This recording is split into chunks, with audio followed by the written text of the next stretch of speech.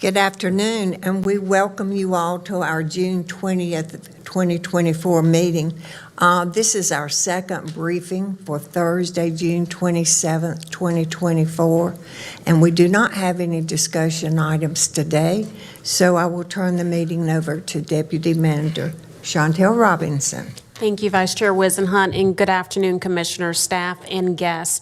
The first item on our agenda is a resolution declaring the Forsyth County Board of Commissioners' intent to close an unopened right-of-way off Colchester Drive and calling a date for public hearing on the matter. And we have Matthew Hamby from MAP Forsyth here to brief this item. Good afternoon. Afternoon. Item should be fairly quick.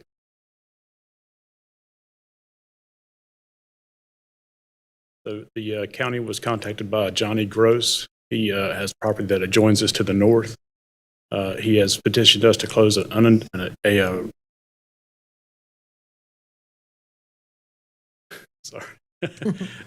undeveloped right-of-way in the unincorporated area for Forsyth County. The area is approximately 200 by 60 feet, 200 feet by 60 feet. Is the plat where it was recorded, plat book 25, page 194. And here you can see the area between lot 6 and lot 5.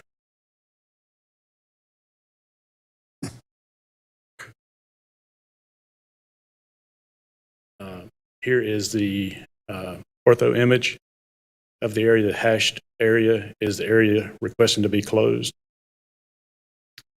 And here's a Google Maps image showing the area that is also requested to be closed. I can try to answer any questions you may have at this time. Are there questions for Matthew? I don't think so. Thank you, Matthew. Thank you. Agenda item number 2 are the meeting minutes. Madam Clerk, has that been emailed out to the board? No, they will go out tomorrow. Thank you. Agenda item number 3 is an amendment to the fiscal year 23-24 budget ordinance to appropriate $40,154 of claims proceeds to the motor vehicles and mobile equipment replacement subfund. We have Kim Bussey from Budget and Management here to brief this item. Good afternoon, Commissioners. Hello. Again, this is an amendment to the fiscal year 24 budget ordinance.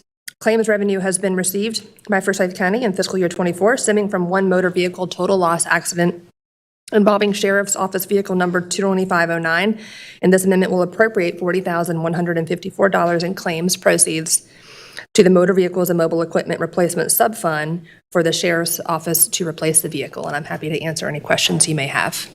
There are questions? Thank you, Kim. Okay. Agenda item number 4 and several after this is going to be briefed by our Budget Director, Kyle Wolf. Number 4 is an amendment to the 2022 North Carolina Opioid Settlement Grant Project Ordinance to convert it to the 22 North Carolina Opioid Settlement Project Ordinance. Good afternoon, Commissioners.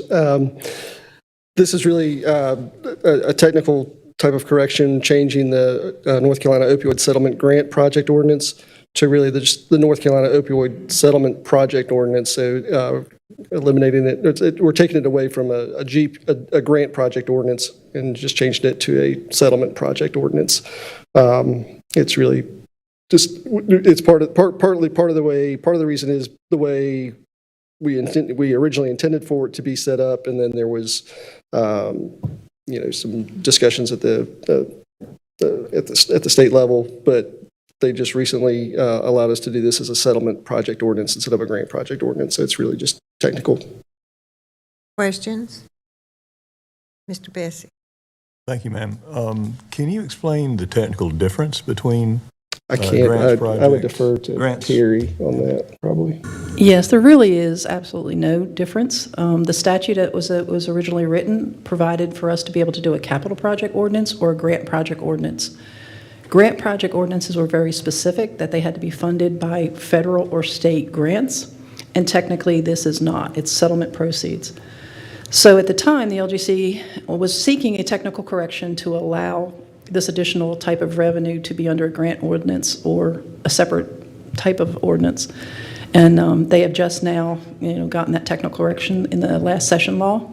And they basically now have 3 different types of project ordinances we can do, the third one being for settlement funds. And so the difference between that and a capital projects ordinance is it's not limited to capital projects. It can be programmatic as well. That is correct. This can be both for operating and capital. Thank you. Other questions? Thank you, Kyle. Well, agenda item number 5 is an amendment to the fiscal year 23-24 budget ordinance to appropriate fund balance resulting from fiscal year 22-23 sales tax revenue for Winston-Salem Forsyth County Schools. And so, as you know, the Article 46 sales tax revenue that's generated within the county and collected is distributed to the school system as part of our budget process. And so, in FY23, the adopted budget for the schools included $18,933,911 of Article 46 revenue, and the actual total was $19,734,663. And so, this action is really appropriating the $800,752.05 that came in above what we had budgeted for the Article 46 revenue last year, and transferring it to the school system, again, with these funds being used for teacher supplements. These are funds that the CFO, Ms. Goodman, had reserved in fund balance as part of the FY23 audit that you recently approved. Questions? Mr. Bessie? Thank you. So this $800,000 and change would not have been previously available to the schools to be budgeted in what they did. So, I mean, essentially, the way that we have treated Article 46 is as soon as when the year closes, we will appropriate whatever comes in excess and transfer it to the school system. And then when we budget for the next year, this would not have been. I mean, this is technically part of what we budgeted for FY25, because our FY25 budget, is based on it's based on what we think we're going to.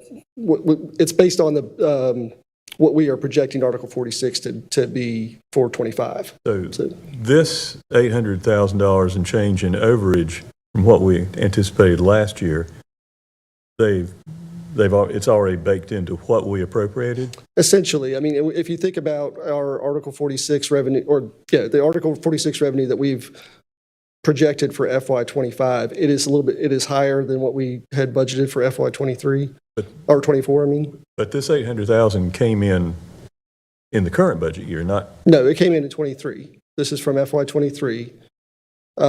We usually would do this kind of action like around November, December, when our audit closes. Our audit was delayed. I mean, we just really did the audit, back in May, I believe it was. That's why we're doing it now. But, I mean, in the budgeting, we assumed that this money was not available for us to use for PAYGO or other projects, whatever. So it wasn't appropriated by us. Right. That's correct. But it's also not revenue coming in next year. It's revenue that came in a while back. It is revenue that came in 23 that we are appropriating now to give to the schools. They will use it. They'll put it in. It will fall. If you remember, the schools actually, when they do their fund balance, when they do their fund balance analysis, they will reserve funds that are for Article 46 revenue, and so it would go to that line. When they spent the $5 million from reserves for supplements in their action earlier this spring. Right. They weren't spending this. They would not have been using this, although when I was looking at that, when I watched that meeting, and when you looked at I believe they've got, I believe it was 2.6 million or 2.3 million that they were projecting to have at the end of FY24, maybe, I believe it was. This would basically go on top of that. So it would it would not be this, but unless they need to. This would be on top of the 2.6 million that they were projecting to have left in reserves. at That's the end of correct, the year. yes. it would So go this is new, in effect, this is new money to their reserves. for them, yes, that's right, Okay, thank you. yes. Sir. Further questions? Thank you, Kyle. Okay. Agenda item number 6 is an amendment to the Emergency Telephone System Special Revenue Fund to appropriate fund balance to cover prior year encumbrances. And so this item and the following item, this, again, are basically year-end issues that we typically would have done earlier in the year if the audit, when the audit would typically be done like around October, November timeframe. And so we are appropriating funds to account for prior year encumbrances in the 911 fund. And then the next item is in the general fund. There is a list of contracts that were encumbered and rolled over into the new year. And happy to answer any questions for you. Questions? Thank you, Kyle. Kyle just covered 6 and 7, so now we're on agenda item number 8, and that's an amendment to the 22 PAYGO Capital Projects Ordinance. It's 3 parts. B is an amendment to the 2016 Parks and Rec Facilities Capital Projects Ordinance to appropriate funds for the Multipurpose Agricultural Center, and then C is an amendment to the 2018 Smith Reynolds Airport Capital Projects Ordinance to appropriate funds for various airport projects. Yeah, I was thinking Terry was doing Okay, this one. yeah, so- I have our CFO, Terry Goodman, is briefing this item. Good afternoon, Commissioners. This is another just little cleanup item. When the 22 PAYGO was adopted, we included additional funding for the Ag Center and also some additional projects at the airport. We already have project ordinances set up for those projects, and all we're doing here really is just moving that funding from the PAYGO to the Smith Reynolds Airport ordinance, where we already have all of the other airport projects that we are budgeting and accounting for, and then also to the 2016 parks facilities, where we had the initial $5 million that we set aside for the Ag Center. So it's really just to facilitate our budgeting and our accounting and our actually daily execution on those projects, to have them all under one ordinance. No additional funding, nothing new that's being created, just moving it from one ordinance to another. Could you remind us of the projects at the airport? I do not have those in front of me. Do you have them there? Page.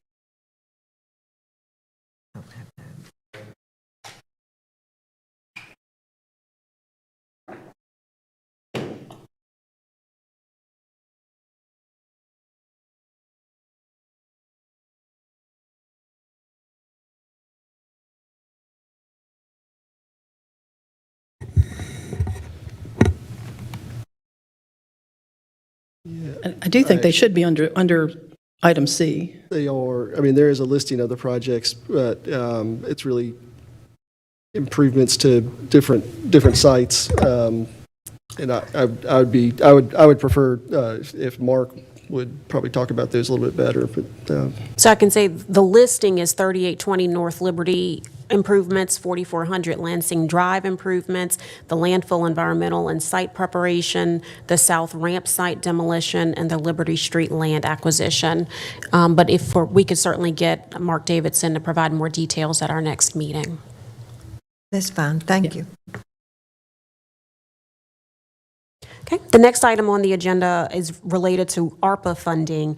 Agenda item number 9 is a resolution authorizing execution of amendments to the agreements with Cure Violence Global, Neighbors for Better Neighborhoods, and the University of North Carolina at Greensboro, approving a violence interruption program using ARPA funds. And we have Bailey Arnold, our ARPA administrator, here to brief this item.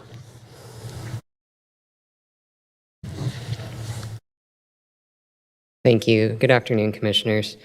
The first resolution that I'll be going over is the extension and additional funding to the Cure Violence program. Previously, the board had approved resolutions to execute contracts with 3 organizations to administer a violence interruption program following the Cure Violence model through December 31st, 2024, using ARPA funds in an amount not to exceed $1.5 million. Of that amount, Cure Violence Global was awarded $210,000 to provide training and technical assistance. Neighbors for Better Neighborhoods was awarded $1.8 million, $398 to provide implementation, and the University of North Carolina at Greensboro was awarded $159,529 to provide evaluation of the program. In order to effectively spend the awarded ARPA funding and provide additional time for implementation and data collection, Neighbors for Better Neighborhoods has requested an extension to June 30th, 2025, with no additional funding required. Cure Violence Global has also requested an extension to June 30th, 2025, to support the program through the end of the period of implementation by continuing their training and technical assistance. To extend these services, Cure Violence Global has requested additional funding of $43,000, bringing their award to $253,000. UNCG has requested an extension to August 15th, 2025 to continue program evaluation services, which includes time to complete the final report after the conclusion of implementation at the end of June 2025. This extension is necessary to ensure comprehensive and accurate evaluation of the program's effectiveness. It'll also allow us to make any necessary adjustments or improvements based on the evaluation findings. To extend these services, UNCG has requested additional funding of $20,500, bringing their award to $180,029. There are two sources that are identified for these requests.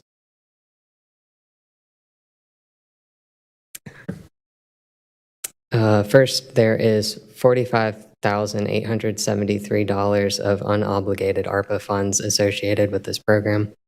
$43,000 would fund the entirety of the Cure Violence Global request, and $2,873 would go towards funding the UNCG request.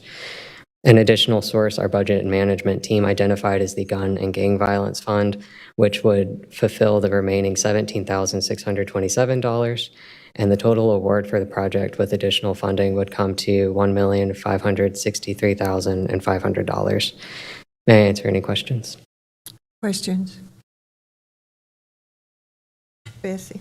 Thank you. The only big one that's not funded from some other source in general revenues is the Neighbors from Better Neighborhoods, $1 million. And tell us again exactly what they're going to use that. Neighbors for Better Neighborhoods is not requesting any additional funding, but they're the implementation part of the project out on the streets. Pardon me. Thank you. They just needed additional time. Yes. Other questions?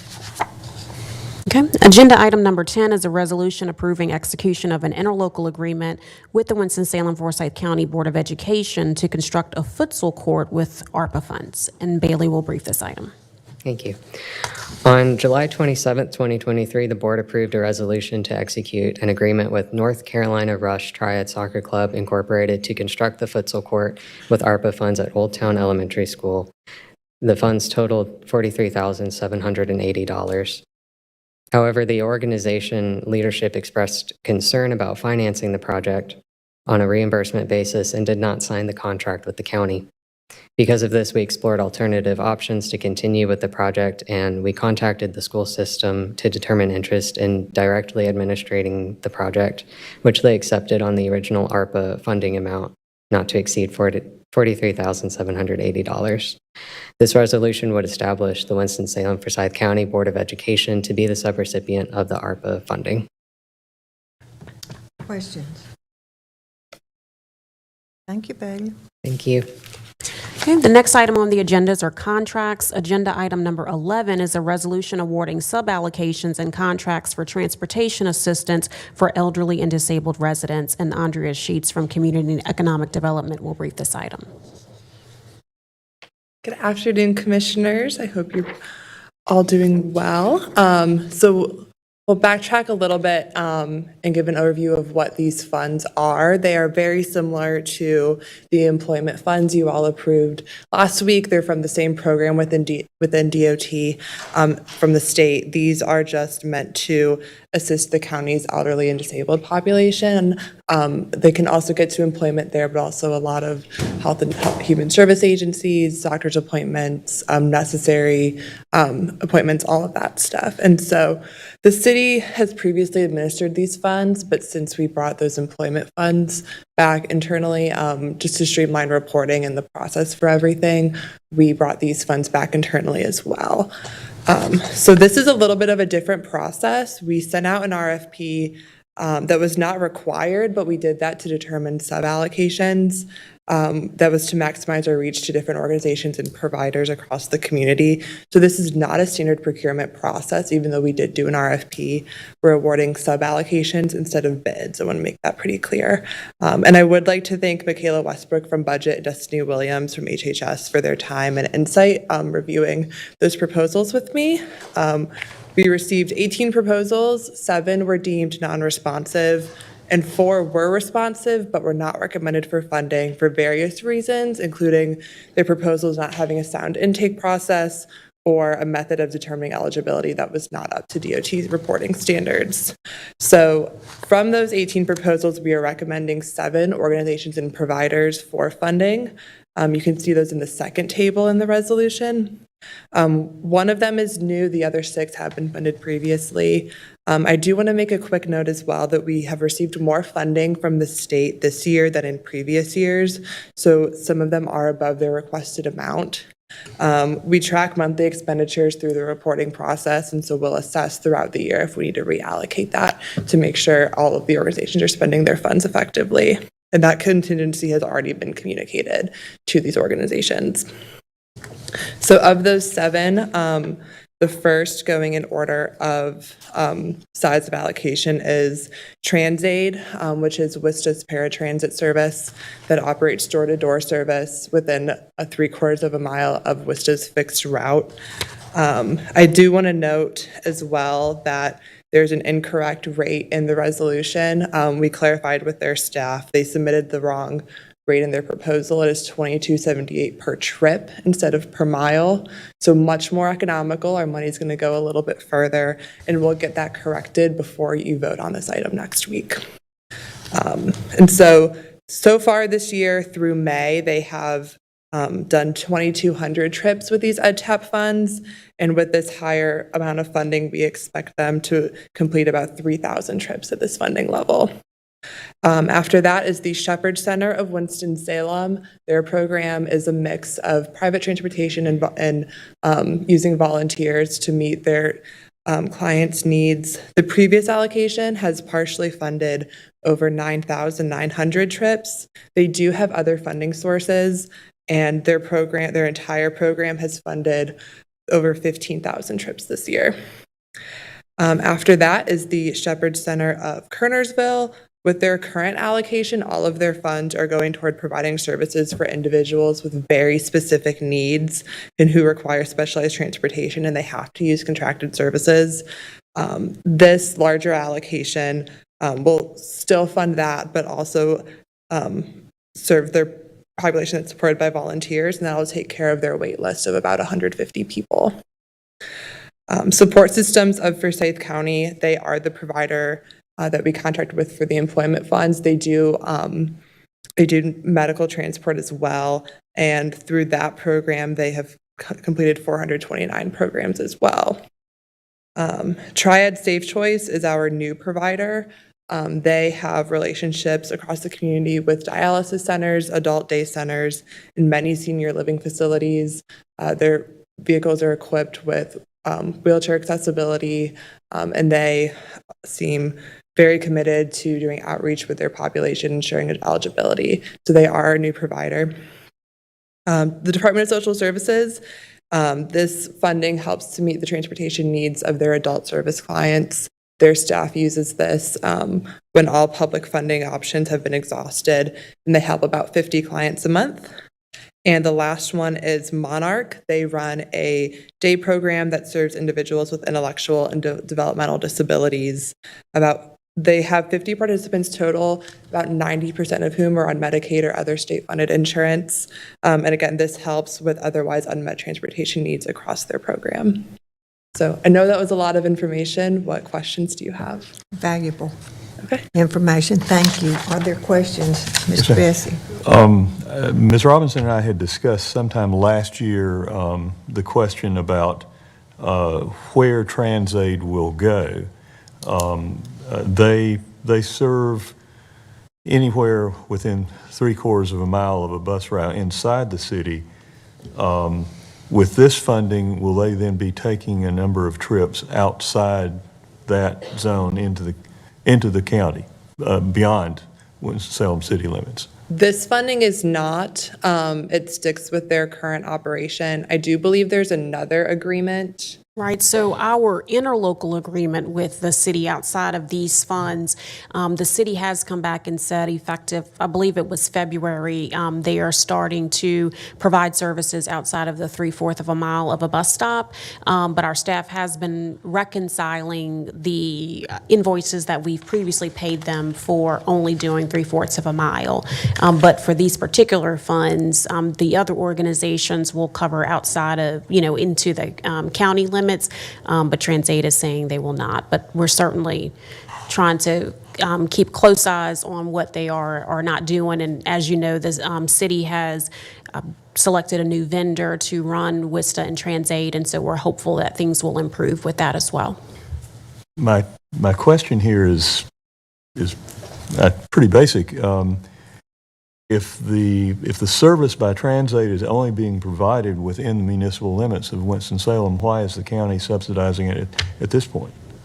Because they'd be providing it anyway with city funds.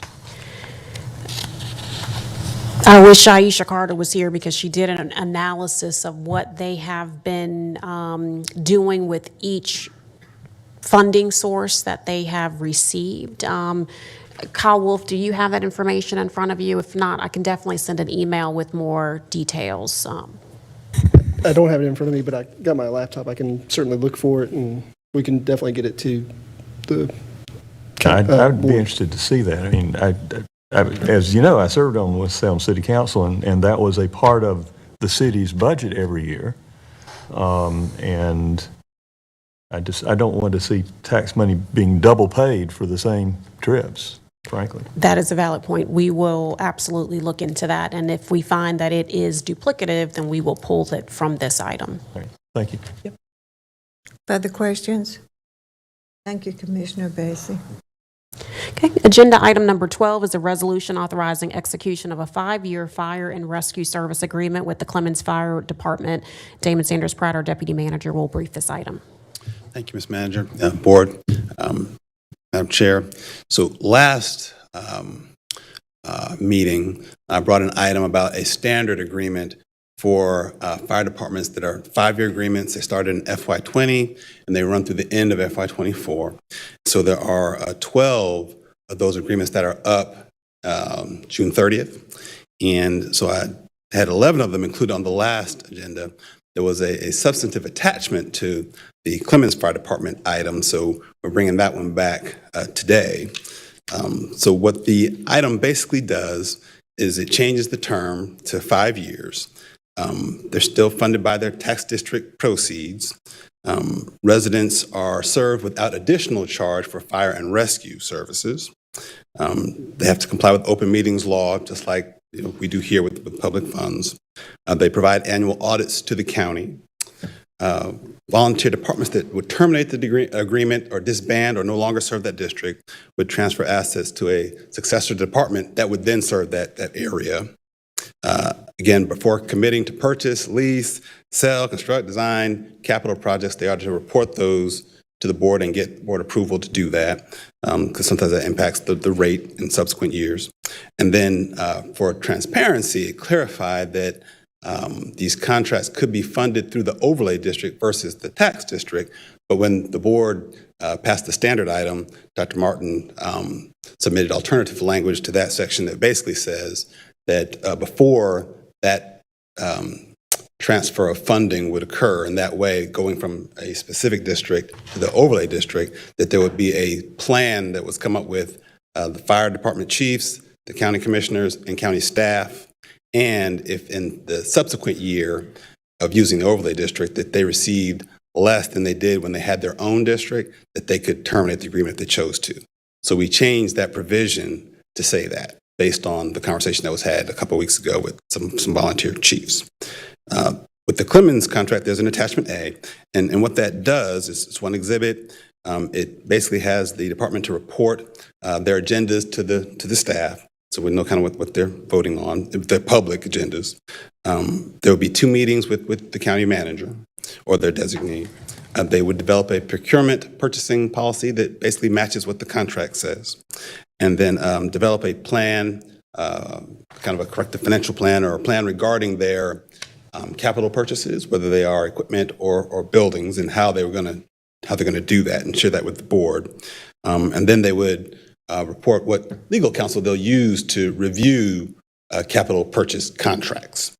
And that's basically the difference between this one and the other contracts that were in the standard agreement last time that did not have an attachment A. And so basically I'm bringing this for the board's consideration as the last of the 12 departments that have 5-year agreements to be re-upped beginning technically July. Questions? Thank you, Dana. Thank you. Agenda item number 13 is a resolution authorizing the purchase of pharmaceuticals by the Forsyth County Pharmacy. And Denise Price, our Behavioral Health Services Director, will brief this item.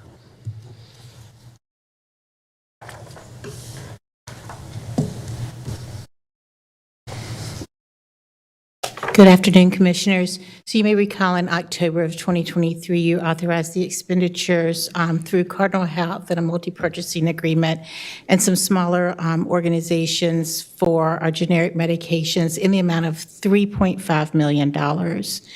That amount stands. That is exactly what we need, but Narcan went from prescription to over-the-counter. So we need to adjust those dollars so that we're allowing for more purchases of over-the-counter medication and less of prescription medication. Specifically, we're looking for authorization to not exceed $3 million for prescription medications where it was $3.4 million, and for $500,000 for over-the-counter where it was $100,000. Be happy to answer any questions. Questions? Thank you. Thank you, Denise.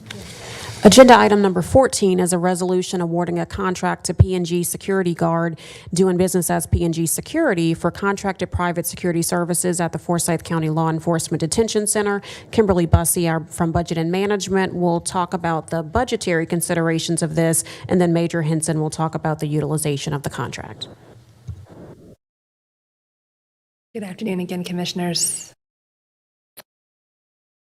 That's the wrong one.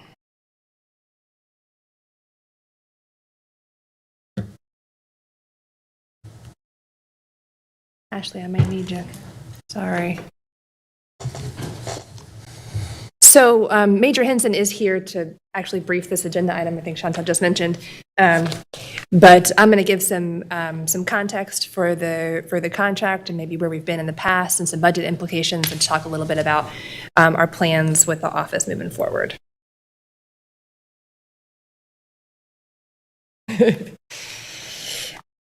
All right, so again, this is in reference to the P&G private security contract. A little history about the agreement. It has been in place since fiscal year 22. It provides uniformed security officers to staff the control room in the public lobby of the LEDC. This really was put in place as a result of high vacancies in a post-COVID environment as a response to that need. The BOCC approved, the Board of Commissioners approved the first agreement on February 17th of 2022, and the contract term started March the 1st. So you see in the chart there below, the first contract in fiscal year 22 was 4 months included in that fiscal year 22. And then below, it shows the number of P&G positions that the contract allowed for. So you notice the contract did increase slightly in fiscal year 25. It's going to be a reduction because there is a plan in place to attempt to reduce the number of positions, P&G positions, that the Sheriff's Office is using. And that's due to a couple of factors we'll talk about in a second. The budgetary impacts here, the P&G private security contract has been fully funded by LEDC salary savings. In fiscal year 25, that will be the case as well, but there are a bit less salary savings available due to the available number of detention officer positions. We've reduced the number of positions, just 10 this past Thursday with the adopted FY25 budget, and then some additional positions for some salary adjustments and a detention records contract this past fiscal year, or in fiscal year 24, as well as a lower number of vacancies. So as we're talking about vacancies in the detention center, this gives a picture of where we've been since June of 2021, kind of coming out of COVID, and those vacancies were at 34. They increased a bit in March of 2022 to about 70. That was the start of this P&G contract at that point. It did a brief stay at about 100 vacancies in October of 23. We came back down this fiscal year, have been dropping pretty significantly, about 81 in January of this year. In April, we were at 60, and as of yesterday, there were 51 vacancies in the sheriff's office. So that's really great. Great news. So again, currently we have 51 vacancies in the detention division of the sheriff's office. And as of last Thursday, we will reduce the number of detention officer positions by 10 starting in 2025. So we will have 41 vacant positions that will be contributing to salary savings moving into fiscal year 25. And as that relates to the cost of this contract, the contract is about $2.1 million. And again, you saw that the plan to decrease includes 30 P&G positions in the first 6 months of the year and then down to 20 in the second 6 months. That's a reduction from 38 previously. But the cost of the contract equates to about 29 new hire detention officer 1 positions. And so as we think about the use of salary savings, that means we have about 12 vacant positions that are really contributing to salary savings.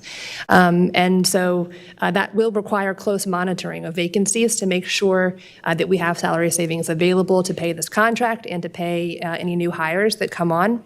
And so I would propose that we have monthly meetings in fiscal year 25, and I've already been in contact with Major Henson as well as the Sheriff's Office HR team. I think we should include the business manager at the Sheriff's Office as well to make sure we're all on the same page and that we're keeping close eye on where we are to make sure we can meet our obligations. Additionally, it may not be a bad plan to have a target if there's 6 additional hires in July, that we have a called meeting to see what our options are. And options may be a hiring freeze, it may be a reduction of this contract, an amendment to the contract to reduce people. And I think proceeding with the 30 positions as the contract states that Major Henson's going to review for you does make sense from an operational perspective right now, and I hope he can talk a little bit more about why that's the case. And that will give us some time to meet with the team to make sure we have a good plan moving forward that's going to get everybody what they need for the detention staff. So I'm happy to answer any questions you may have now, or I can turn it over to Major Henson to review the item. Please come forward. Good afternoon, Commissioners. In 2022, when we implemented this, obviously it was due to our extremely low staffing.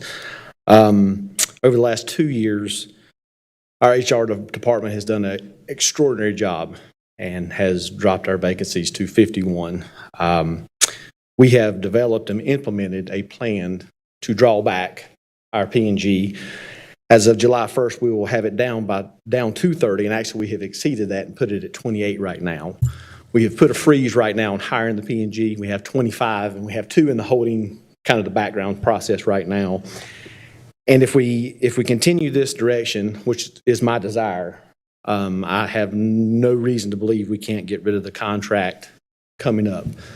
As Ms. Bussey said, we sat down and spoke about meeting monthly and trying to, unfortunately, it can be a little fluid when I hire. I may hire 10, I may lose 5. So I have to give myself a little bit of leeway, but I have no reason to believe we can't get this to a quick get it over with and get my staff in here, which is what I want. I want certified officers. They do me a lot better. With that, if I can answer any questions, if you've had any questions, I'll be glad to answer them. Questions? Oh, I do.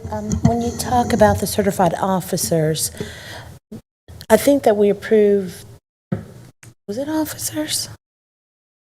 I think did we approve the officers from the detention center?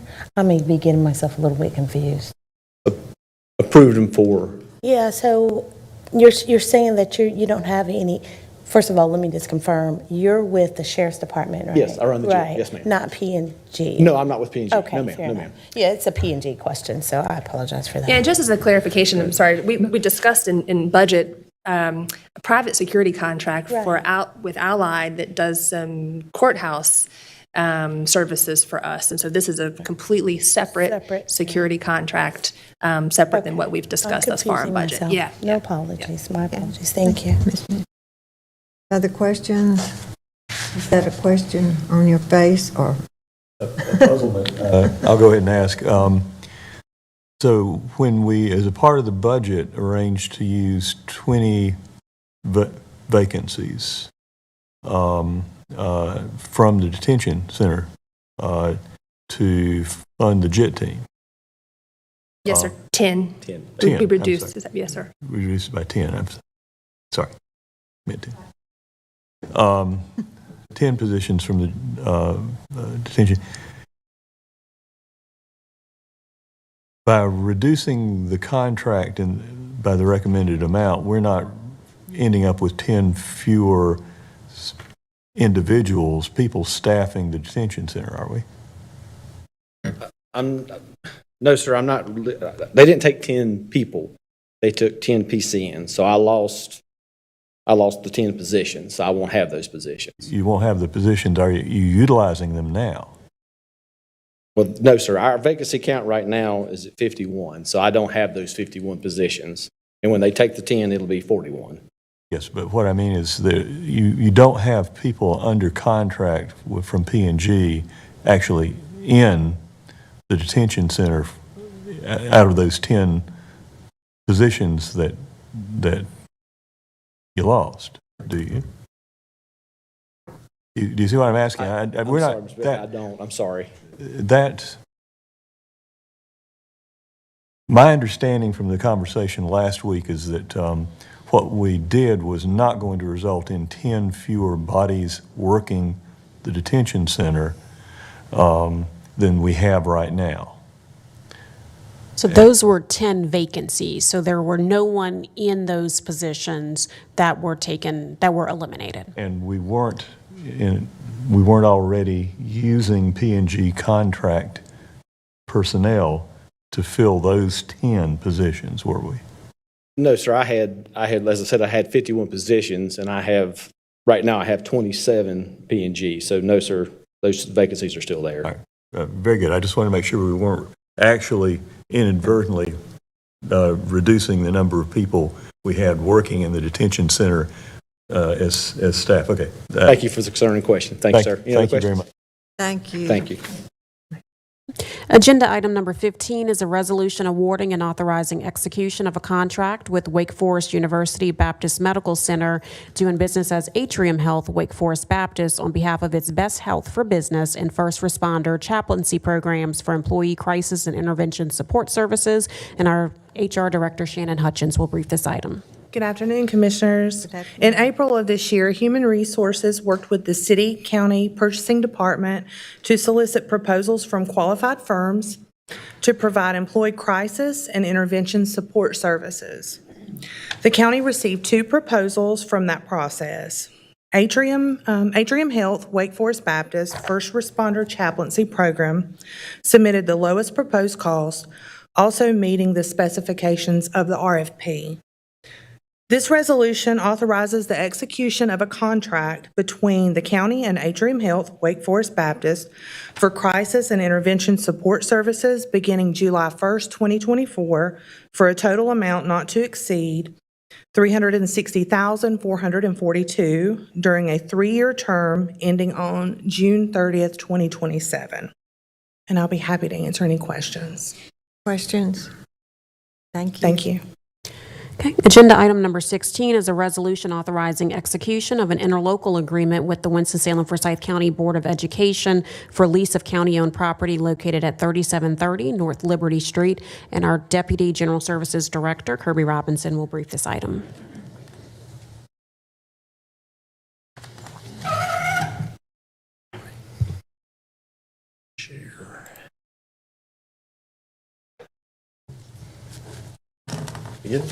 All right.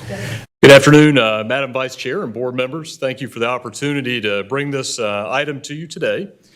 As background, and as there it goes. As background, as the board may recall, in March of 2023, You authorized construction of an addition to the county's Automotive Services Center, and that's, of course, on North Liberty Street. And the intended use of that was for the school system's fleet maintenance division, which is currently located on Lansing Drive.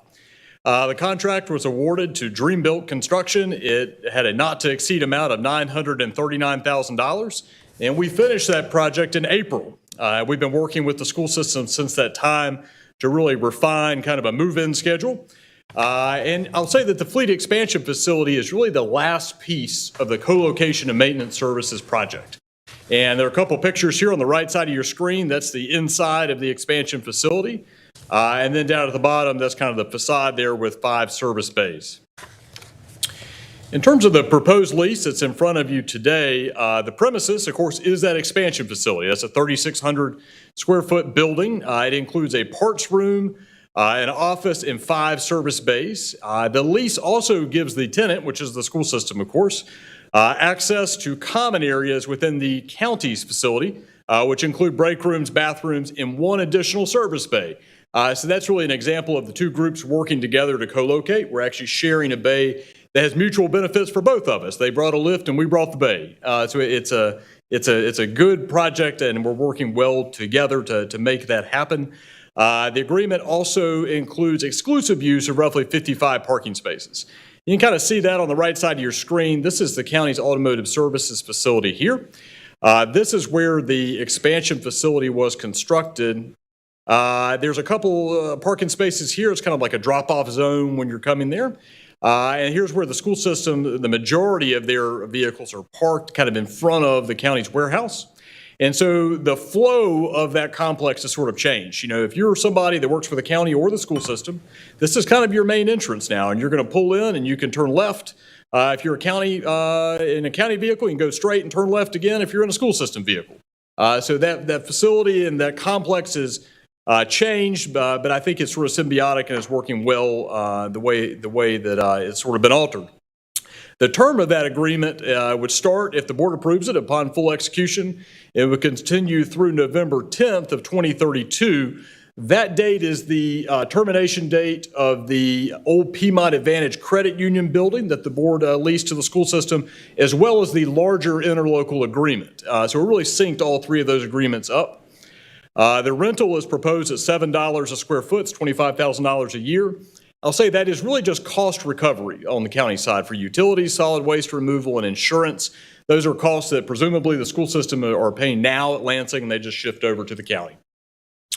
In terms of services, the landlord, which is, of course, the county, will be responsible for major repairs to the premises. That's things like structural, HVAC, under-slab repairs. We'll provide grounds maintenance services and trash removal. Services by the tenant would be routine maintenance. So, you know, if the light bulb goes out or something like that, the school system will take care of that. Janitorial, removal of auto parts and tires, and maintenance of the lifts and the tanks that are in the facility.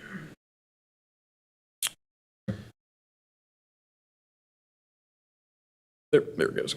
All right. So in summary, and this is really kind of a summary of the co-location project as a whole, you know, the Lansing Drive property closed, I think, in June of 2021. So we're really at the 3-year mark, which is kind of neat.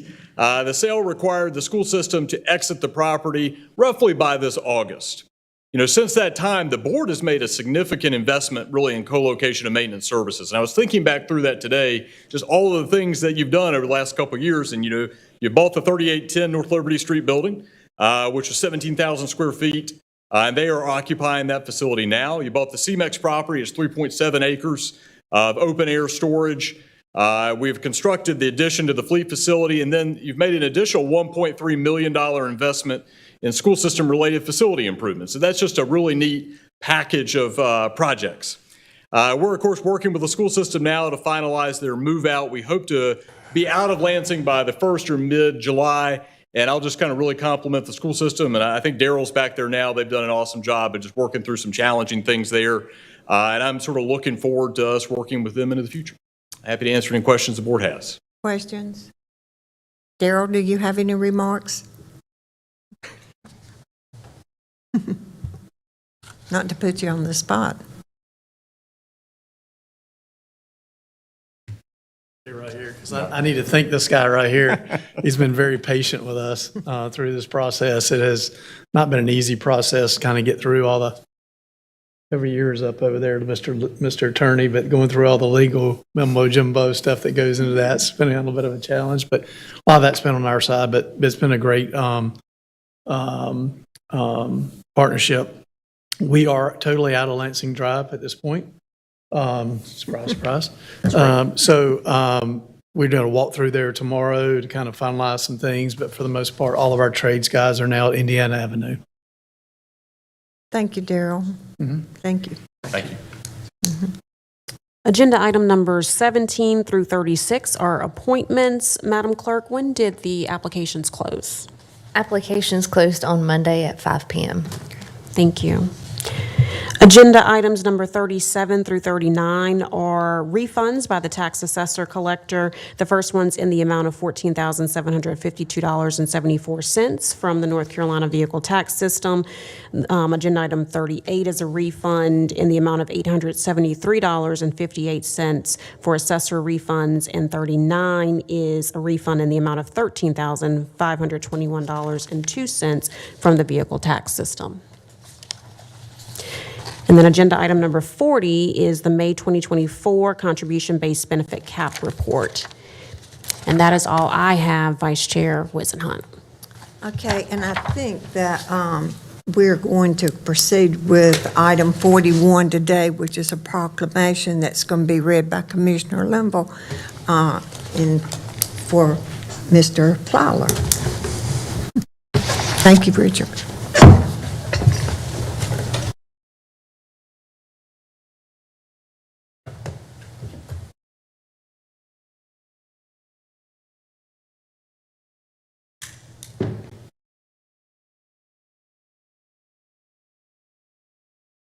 Thank you, Madam Chair. Read a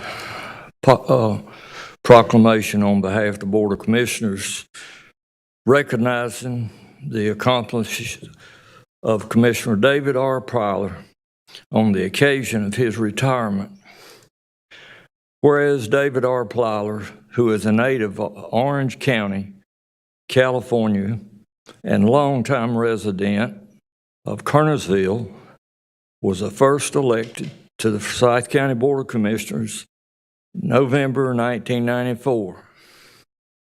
Whereas Commissioner Plowler served as chairman of the Forsyth County Board of Commissioners 2008, 2010, and 2014 to 2022.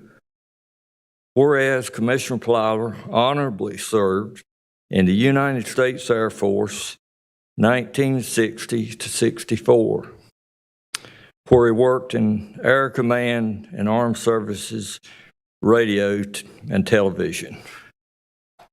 Whereas Commissioner Plowler has served the citizens of Forsyth County since 1960 through his broadcasting career at WSJS, WXII 12, WTOB, Salem Media, and Truth in Broadcasting. Whereas Commissioner Plowler has served on the boards of Novant Health, YMCA of Northwest North Carolina, and IFB Solutions, Governor's Task Force on Osteoporosis, Forsyth County Board of Public Health, National Association of Counties, NACO, North Carolina Association of County Commissioners, the National YMCA Board, NC Energy Policy Commission, Crime Stoppers, Blumenthal Jewish Home for the Aged, and Kernersville Lions Club. Commissioner Plowler is a lifetime member of Oasis Shrine 32nd Degree Mason, member of the Kernersville Chamber of Commerce, and a member of the Kernersville United Methodist Church. Whereas Commissioner Plowler is the recipient of the Abe Lincoln Award of Exceptional Broadcasting, the Humanitarian Award from the North Carolina Association of Black County Officials, the Community Service Award from the Kernersville Chamber of Commerce, and was recognized as Outstanding County Commissioner in 2003 by the North Carolina Association of County Commissioners. Now, therefore, be it resolved that Forsyth County Commissioners hereby recognize the exemplary service and accomplishments of Commissioner David R. Plyler and thank him for his outstanding and distinguished service as a member of Forsyth Board of Commissioners this day, 20th day of June 24. And I have something else from Mr. Plyler. Just hold still. I want to show you this. This is a proclamation in the frame. And this frame was constructed by our talented manager, Dudley Watts. He's I wouldn't care about making frames, but one thing he can do that I wouldn't mind knowing how to do, that's to play a musical instrument. He plays guitar. I would like to do that. So this is made out of, I wouldn't have any idea where he got the boards that he made this out of, but they're boards that came from either an old building or either maybe a cabinet or something, and he turned it into this nice frame.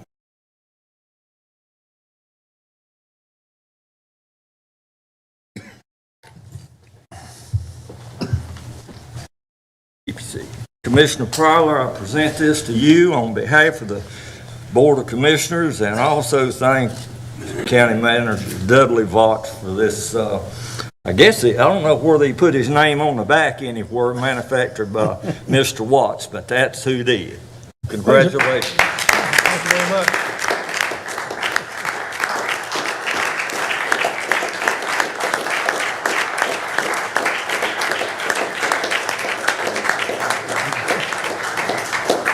I'd like to thank Commissioner Linville very much and Dudley Watts as well. Dudley has a weight in that, weighs about 100 pounds, so, but I greatly appreciate it, and for the kind words, and it means a lot to me, and I've thoroughly enjoyed my career as a member of the Forsyth County Board of Commissioners, representing, in my own mind, some of the finest people in the world, and they all live in Forsyth County. Thank you very much. Thank you, and Commissioner Plyler will make further remarks at his reception, and then I'm going to call on the commissioners. But first of all, I think we have our state treasurer in the room. Would you like to make some remarks, please? We're happy to have you here today. You bring us some money, and we do something? Your clerk told me to be here. Oh. That's why I'm here. So anyway, congratulations, Dave. You and I have known each other a long time. I'm proud of your public service, and also Nancy's as your spouse. You know, it's not just the people who get these plaques, it's the spouses of public servants. And as a lifelong Winston-Salem resident, I'm glad that you do not do what Dan Bessie's done for the last 30 years, and that is run through my neighborhood without a shirt on. So I stopped doing that a while back. Oh, you did? Okay. So congratulations to you, and the people in Raleigh recognize how you've always tried to advocate for the invisible of this county. So congratulations and thank you. Thank you, sir. Thank you for being here. Other commissioners, are there remarks, or had you rather wait for the reception? Okay, we're going to wait for the reception then. Madam Vice Chair, we also have a video that has Chairman Martin and Dudley Watts in it. Great, okay.